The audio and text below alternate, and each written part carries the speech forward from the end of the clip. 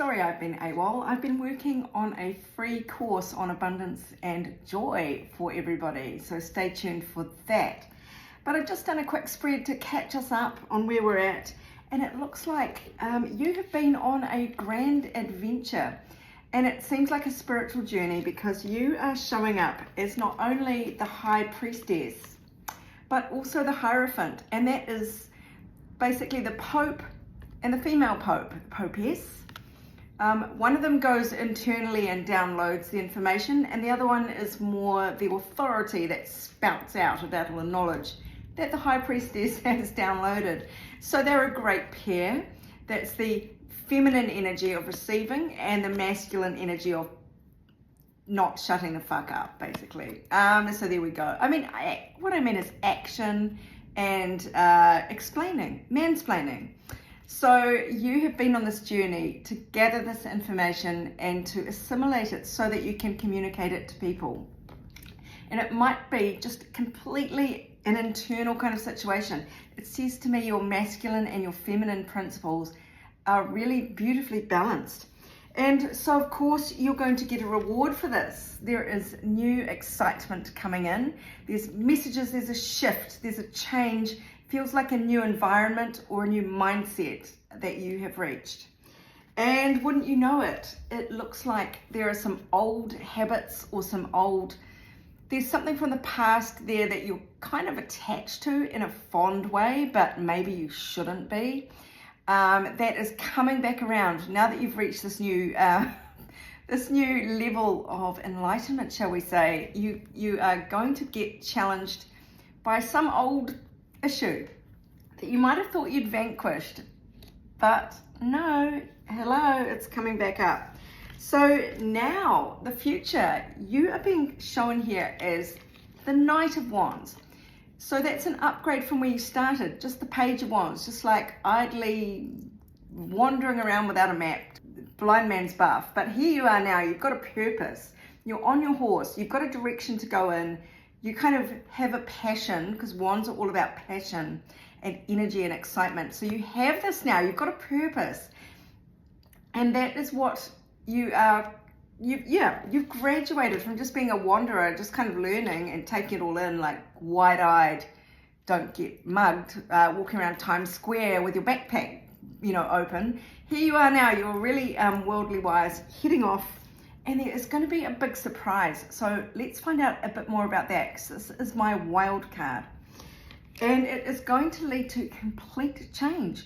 So it feels like this is your graduation ceremony in a way. You're going to come face to face with some old problem, and you're going to hopefully easily surmount it. But there is a twist in this tale. So let's find out what that is.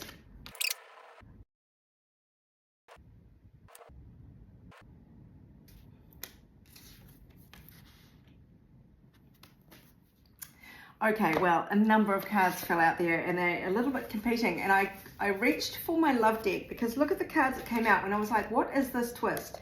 Well, looky here, it is relationship, committed relationship seems to be the topic. But there are a lot of fears here. Now, whether these are your fears or their fears, or you both have fears, that remains to be seen. Because look, we do have somebody around you that does have a great personality. They only have eyes for you. They are showing up with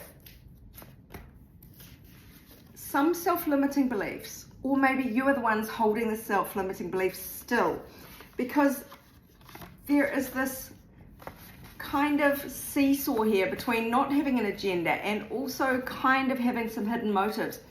To me, that says that this softens this. So this one, it means that there might be an undertone, like a really tiny ulterior motive here. But the fact that no agenda came out as well, which is kind of the opposite, means that they're kind of on the verge of healing this, or it can be dismissed quite easily.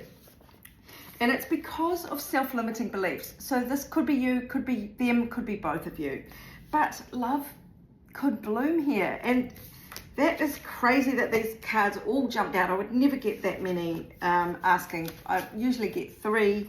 these all jumped out. So marriage and unfounded fear, that is the theme, that there is a really big relationship on offer for you, or just a union within yourself, wholeness, a feeling of wholeness within yourself. But there are one or two little unfounded fears. But look, the Death card there means it's the end of that. You are, whatever is coming up, you're about to finish these fears. You're about to kill them.